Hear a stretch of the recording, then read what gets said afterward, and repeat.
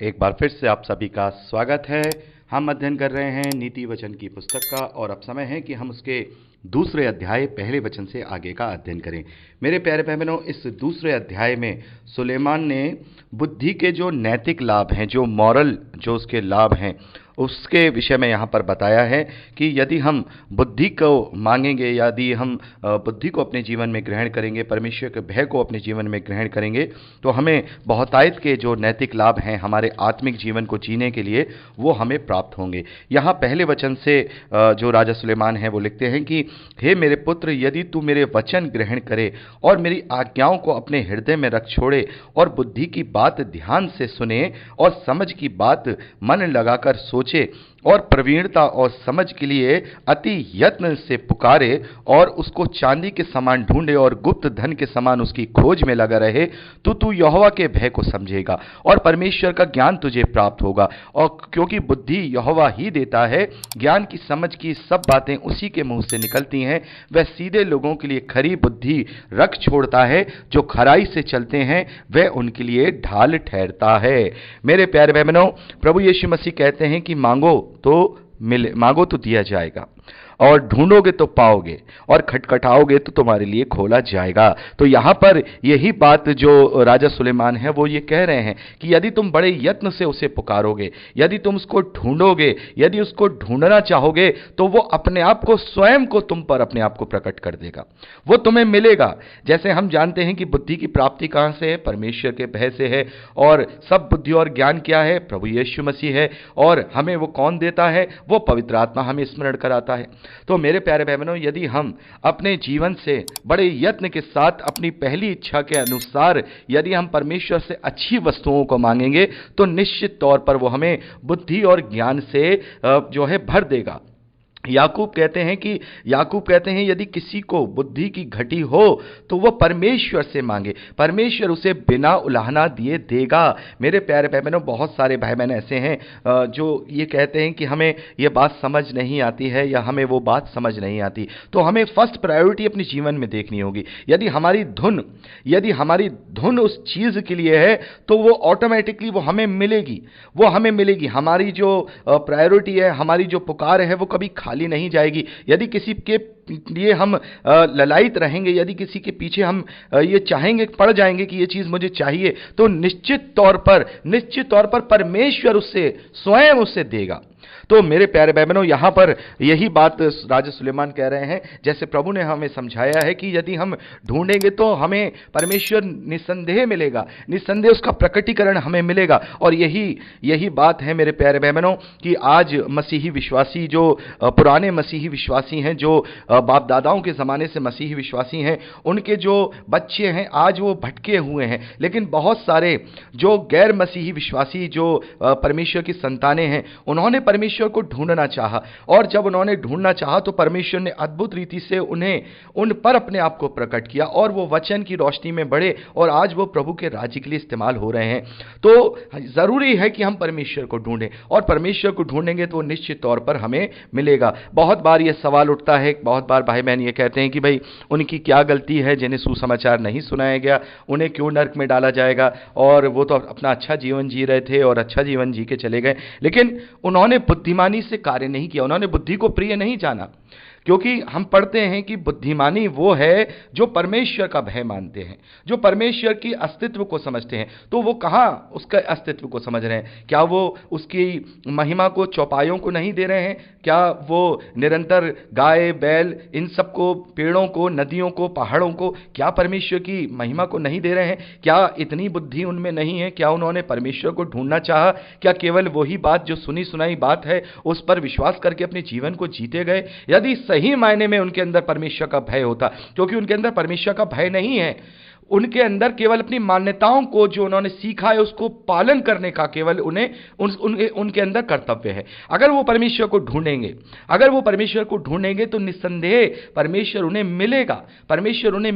परमेश्वर, यदि हम किसी सुनसान टापू पर भी अकेले रहते हों और वहां कोई और दूसरा मनुष्य ना रहता हो, केवल जंगली जानवर ही वहां रहते हों, यदि वहां पर भी मेरा विश्वास है, यदि वहां पर भी अगर हम परमेश्वर को सच्चाई से ढूंढेंगे तो परमेश्वर अपने स्वर्गदूत के द्वारा द्वारा वहां अपने आप को प्रकट कर देगा, वहां अपने स्वर्गदूत के द्वारा अपने सुसमाचार को वहां उन पर दे देगा, उनके ऊपर प्रकट कर देगा। लेकिन जरूरत तो यह है कि पहले हम बुद्धि तो अपने प्राप्त कर लें, हम बुद्धि तो प्राप्त कर लें। ये कौन सी बुद्धि है, ये कौन सी बुद्धि है जिस बुद्धि में ये नहीं चाहता है कि परमेश्वर केवल एक ही हो सकता है? ये कौन सी बुद्धि है जिस बुद्धि में ये नहीं चाहता है कि परमेश्वर एक से दो नहीं हो सकता है? ये कौन सी बुद्धि है जिसमें ये नहीं चाहता है कि परमेश्वर का कोई जेंडर नहीं होता? ये कौन सी बुद्धि है जिसमें ये नहीं चाहता कि जो परमेश्वर है उसका कोई स्वरूप नहीं होता है? ये कौन सी बुद्धि है जो परमेश्वर को एक मनुष्य के समान उसको पूज करके, मनुष्य के समान उसको पूज करके परमेश्वर का दर्जा देते हैं?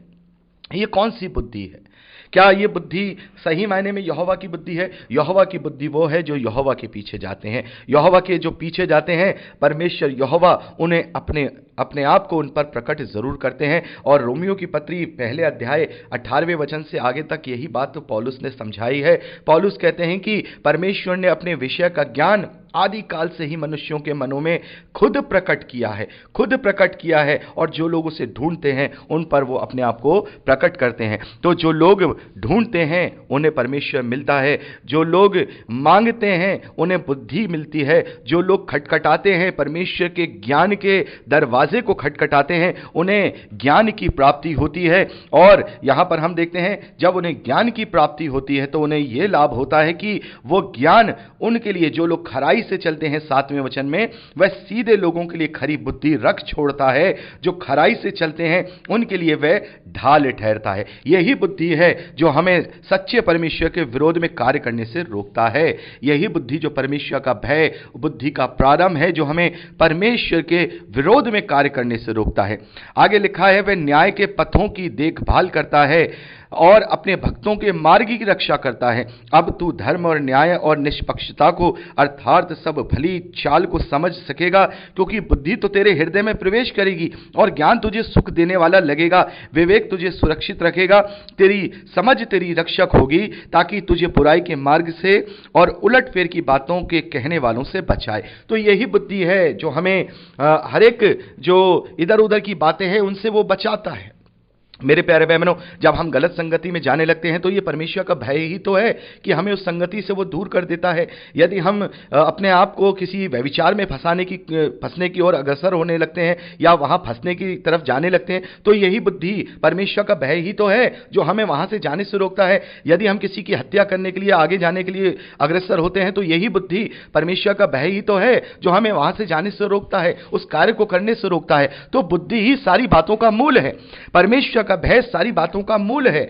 अगर हम अपने जीवन के अंदर नाना प्रकार के दुखों में अगर हम पड़े हुए हैं तो ये बुद्धि ही तो है जो हमें सांत्वना देता है, हमें धीरज देता है कि परमेश्वर हमें सब विपत्तियों से निकालने वाला है। ये बुद्धि ही तो है जो ये बात समझाता है कि यहाँ का जीवन नाशवान है। ये बुद्धि ही तो है तो हमें हर प्रकार से हमें ढांढस देकर के आनंदित रखता है।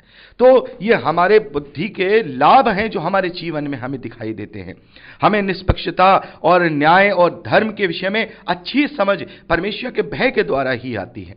किसी के प्रति गलत न्याय करने के लिए अगर हम जा रहे हो तो परमेश्वर का भय हमें रोकता है, परमेश्वर की उपस्थिति हमें रोकती है, अंदर हमारे जो पवित्र आत्मा वास करता है वो हमें रोकता है। आगे देखिए लिखा है, जो खराई के मार्ग को छोड़ देते हैं ताकि अंधेरे मार्ग में चलें, जो बुराई करने से आनंदित होते हैं और दुष्ट जन की उलटफेर की बातों में मगन रहते हैं, जिनके चाल चलन टेढ़ी मेढ़ी और जिनके मार्ग बिगड़े हुए हैं। तब तू पराई स्त्री से भी बचेगा जो चिकनी चुपड़ी बातें बोलती हैं और अपनी जवानी की साथी को छोड़ देती और जो अपने परमेश्वर की वाचा को भूल जाती हैं।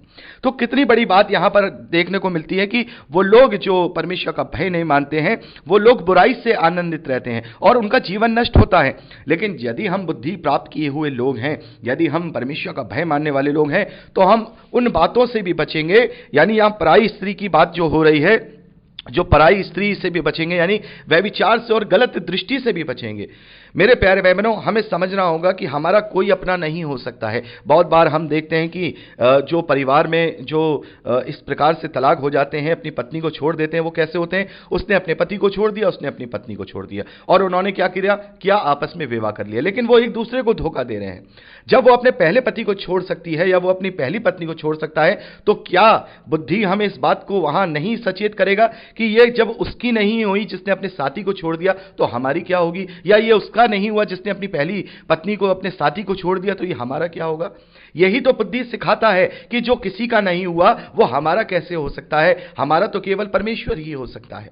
तो हमें ये बुद्धि की बातें, जो परमेश्वर का भय है, वो हमें ये सिखाता है, हमें ये सिखाता है। आगे लिखा है, उसका घर मृत्यु की ढलान पर और डगरे मरे हुओं के बीच पहुंचाती हैं। कौन? जो बुद्धि का, जो परमेश्वर का भय नहीं रखते। क्योंकि आज इस जीवन में वो बहुत अच्छी अच्छी बातें प्राप्त कर सकते हैं शैतान के द्वारा, बहुत ही अच्छी अच्छी बातों को अपने जीवन में, भौतिक सुख सुविधाओं को लेकर के आ सकते हैं, लेकिन अंततः उनको नष्ट ही होना है, चाहे कुछ भी हो जाए। मेरे प्यारे बहनों, बड़े बड़े तानाशाह, बड़े बड़े राजा महाराजे, बड़े बड़े जमींदार इस धरती पर आए और मिट्टी बन के चले गए, लेकिन अब उनका क्या हाल है? अब उनका क्या हाल है? वो अपने अपने उन जो उन्होंने बुद्धि का तिरस्कार किया था उसका फल, वहां प्रतिफल भोग रहे हैं। तो मेरे प्यारे बहनों, हमें बुद्धि को यानी परमेश्वर के भय को अपने जीवन में लेकर के चलना है। आगे लिखा है, जो उसके पास जाते हैं उनमें से कोई भी लौट कर नहीं आता, ना वे जीवन का मार्ग पाते हैं। किसके पास? बुराई के पास।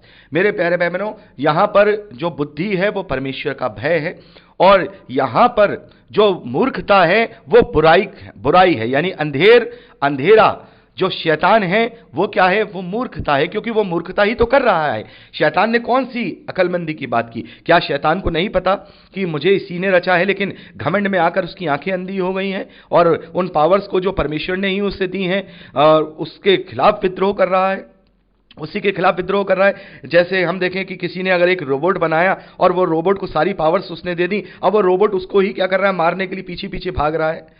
तो ये विद्रोह उसने किया है, ये विद्रोह शैतान ने किया है। तो उसने वो बुद्धि का काम नहीं किया, वो उसने मूर्खता का काम किया है। क्योंकि जो बना सकता है वो मिटा भी सकता है, जो बना सकता है वो मिटा भी सकता है, भले ही उसमें बहुत पावर्स ही क्यों ना दी हो।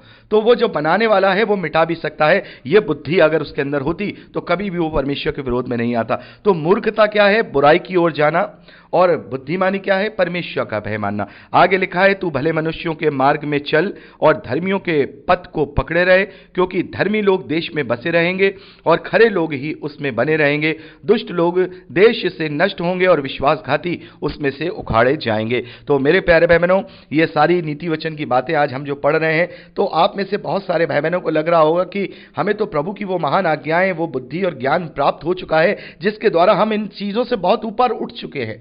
लेकिन फिर भी आज लोग नीति वचन को पढ़ के, नीति वचन की बात को पढ़ करके अपने जीवन में अपने चाल चलन को देखने की कोशिश करते हैं। ये हमारे लिए शिक्षाएं तो हो सकती हैं, लेकिन हमारे लिए सर्वोपरि ज्ञान प्रभु यीशु मसीह का है, और वो ज्ञान जो प्रभु ने हमें दिया है उससे बढ़कर और कोई ज्ञान नहीं हो सकता। लेकिन ये सारी बातें हमें उस वक्त जरूरी हो जाती हैं जब हम शैतान के चंगुल में फंसने वाले होते हैं, तब ये नीति वचन की बातें हमें दृढ़ कर सकती हैं। परमेश्वर का भय हमें याद दिला करके हम अपने आप को दृढ़ कर सकते हैं। और बहुत ही स्पेशल हो जाता है जब हम किसी गैर जो मसीही विश्वासी से प्रचार करते हैं, बुद्धि का और ज्ञान की जब बातें करते हैं, तो ये जो वचन है हमारे लिए काफी लाभदायक हो जाते हैं, काफी लाभकारी हो जाते हैं।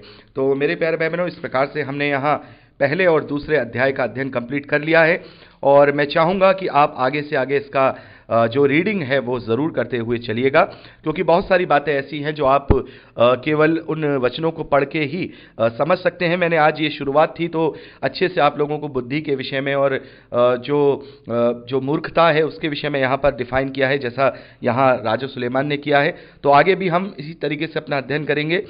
जो स्किप करने वाले, स्किप के योग्य जो वचन होंगे उन्हें हम स्किप करेंगे, और जो हमें अपने जीवन में आत्मिक रूप से लागू करने हैं या प्रचार के रूप में लागू करने हैं उनका हम अध्ययन करेंगे। तो आगे से आगे रीडिंग जरूर करते रहिएगा। प्रभु आप सबको बहुत आयत की आशीष दे, अपने वचन में दृढ़ करे। यीशु के सामर्थ्य और पवित्र